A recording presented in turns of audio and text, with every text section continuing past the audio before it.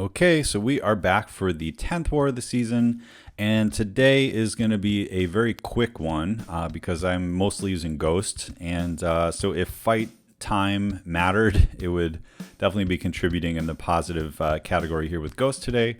But I'm starting on path 9. This Spider Ham here is pretty much hard countered by Ghost because if the fight goes on long enough and he builds up evade charges, I will always be able to stop them with Ghost, and the fight will just be over quickly in general, as she's a pretty good option for any hazard shift fight that she can take. So I did duel him a little bit before just to make sure that I wasn't missing anything. One thing I noticed is his second light attack is actually a little slower than most champions for some reason. I parried there just to be safe. So there we go. We're starting to get some of these debuffs. So yeah, in my duel, I was just kind of working on the timing of the phasing 2 hits. And I did have some power back boosts just in case one special 2 didn't kill him. But by that time, I had 4 passive furies and it was over just like that. So yeah, there's going to be a lot of that this war. Hopefully you don't mind watching Ghost wrecking stuff. Now, I did not take the next 2 fights. As I've talked about before, we have a 10-member battle group, just like everybody else, and there's only 9 lanes. So lane 9 was split by one of our Colossus players. His name is Q. He's a professional hiker, likes to spend time in the mountains, I've heard. And he took those 2 fights with Colossus, so not a big deal at all. And now we move on to path 5 of section 2, which is going to be a little bit more Ghost. She does have the built-in intercepts that come here. However, I actually just kind of go on reflexes here. I had the power start 1 boost, and because I double phased, I phased 2 hits. I didn't get the protection off in time for that first special 2. So if the fight would already be over if I had remembered to do that, but the fight is going fine.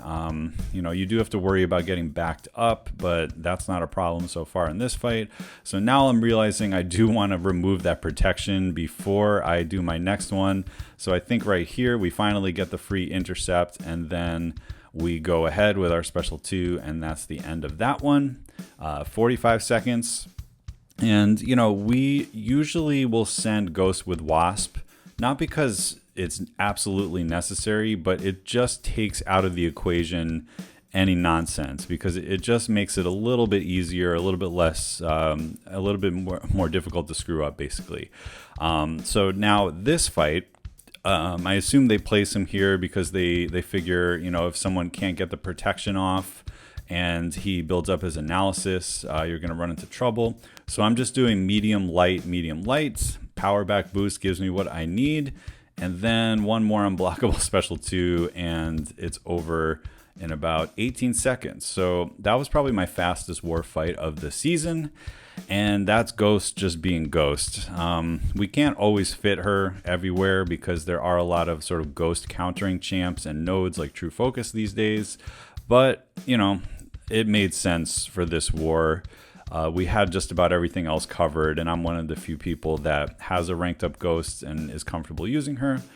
And also, the Void on the map was here, a very common placement on node 39. And we're going to see another Elsa fight. As usual, I back up first so that my well-timed block counts as an intercept.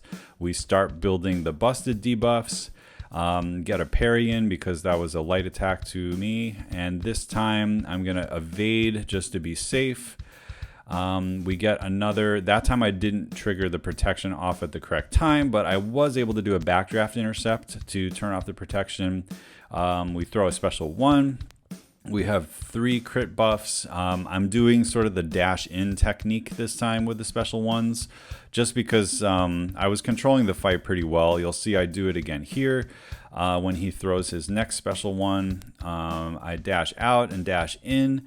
I could certainly even evade that projectile fully by dashing out one more time, but I decide not to do that just because, like, I can use blocked hits just to make sure, you know, I don't mess up the evade or something like that. It's not like Elsa is going to die from a couple blocked hits.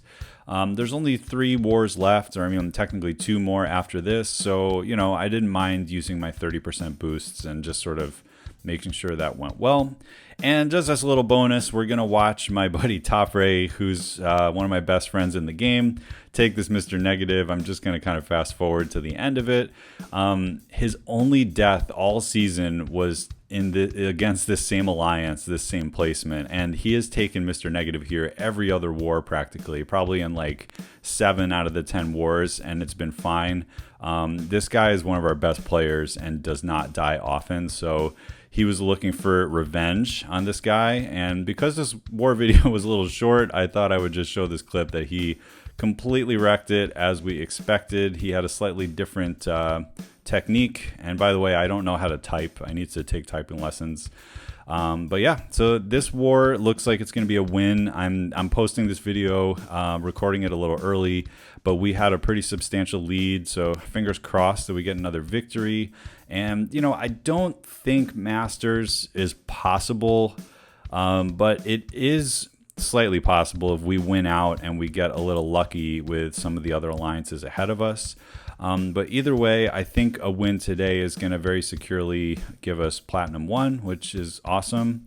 As I've always said, our battle group is just one of the most fun groups I've played with, and everybody is so good at doing their job and planning and getting the fights done.